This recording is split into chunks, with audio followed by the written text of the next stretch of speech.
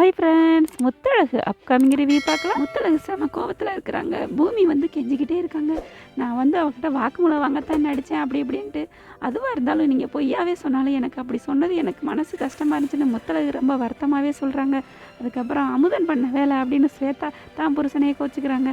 சரிங்க அதெல்லாம் விடுங்க அப்படின்னு சொல்லிட்டு ஸ்வேதாவுக்கு பிறந்த நாள்னு 12 மணி ஆயிடுச்சுன்னு சொல்கிறாங்க.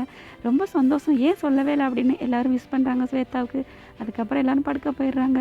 முத்தழகு என்ன பண்ணுறாங்க, படுக்கிறாங்க கட்டிலில். பூமி கீழே பாய விரித்து படுக்க போகிறாங்க. இல்லை நாங்கள் கீழே படுத்துக்கிறேன்னு முத்தழகு கீழே படுக்கிறாங்க. உடனே பூமியை ஒரு தலானி எடுத்தாந்து போட்டுக்கிட்டு அவரும் படுக்கிறாரு. ஐயோ இவரையும் கீழே படுக்கணும்னு முத்தழகு மெத்தையில் போய் படுக்க போகிறாங்க.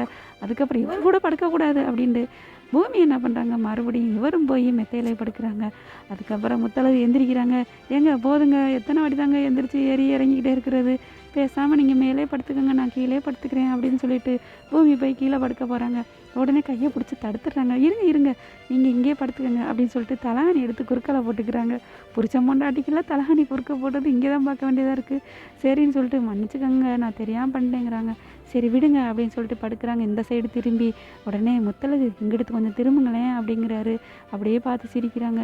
என் குழந்தை என்னை பார்த்துட்டே இருக்கட்டுமே, என்னோட இதை உணரட்டுமே அப்படிங்கிறாங்க. உடனே பூமி சொன்னோடனே முத்தழகு திரும்பி படுக்கிறாங்க. தான் பொண்டாட்டியை அழகு அப்படியே ரசித்து பார்த்துக்கிட்டே தூங்க போகிறாங்க. அவங்களும் இங்கே பார்த்தீங்கன்னா ரெஜினா மூட்டை முடிச்சோட வீட்டுக்கு வர்றாங்க.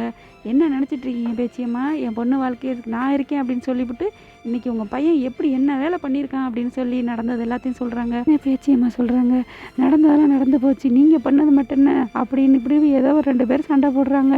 எல்லோரும் கூடிடுறாங்க. நான் கோர்ட்டில் ஸ்டே ஆர்டர் வாங்கிட்டு வந்துட்டேன், இனிமேல் என் பிள்ளைக்கு குழந்தை பிறக்கிற வரைக்கும் இங்கே தான் இருப்பேன் அப்படின்னு ரெஜினா சொல்கிறாங்க. அப்புறம் ரூமுக்குள்ளே கூப்பிட்டு போயிடுறாங்க. ஏம்மா நீ என் மேலே அவ்வளோ பாசம் வச்சுருக்கியா, எனக்காண்டி இங்கே வந்து தங்க போறியா அப்படின்னு சொல்கிறாங்க அம்மாவை பார்த்து.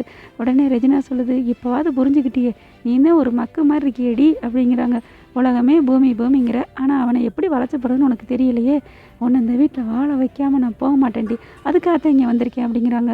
அந்த பெரிய சூட்கேஸை எடுத்து சீக்கிரம் கையை பிடிடி, என்னால் தூக்க முடியல அப்படிங்கிறாங்க. அம்மா நான் கர்ப்பமாக இருக்கேன், நான் எப்படிம்மா தூக்க முடியும், என்கிட்ட மட்டும் வாய் பேசிடி அப்படின்னு சொல்லிட்டு அந்த பெட்டு மேலே எடுத்து வைக்கிறாங்க. அம்மா இதெல்லாம் இங்கே வைக்காதம்மா, பூமிக்கு பிடிக்காது அப்படிங்கிறாங்க. நல்லா வக்கனையாக பேசிடி அப்படின்னு சொல்லிட்டு உட்காந்துட்டு எங்கடி ஏசியை போடுறி, ஃபேனுக்கு போடு அப்படிங்கிறாங்க. தண்ணி கொண்டு வா அப்படி இப்படின்னு சொல்கிறாங்க. உன்னை நான் இங்கே வாழை வச்சுட்டு தாண்டி போவேன், உனக்கு நான் பக்கபலமாக வந்திருக்கேன்னு அப்படியே சவால் விடுற மாதிரி பேசுகிறாங்க. அஞ்சலி அப்படியே சிரிச்சுக்கிறாங்க. பார்க்கலாம் முத்தழகுக்கு என்னென்ன குடைச்சல் கொடுக்க போகிறாங்கன்னு. என்ன குடைச்சல் கொடுத்தாலும் சரி அந்த ஆத்தாவோட அருள் முத்தழகுக்கு இருக்கு இல்லையா, ஒன்றும் பண்ண முடியாது. கொஞ்சம் கஷ்டங்கள் துன்பங்களை கொடுப்பாங்க, பார்க்கலாம். ஓகே ஃப்ரெண்ட்ஸ், உங்கள் பொண்ணான கையால் ஒரு லைக்கை போட்டு சப்ஸ்கிரைப் பண்ணிடுங்க. Thank you friends.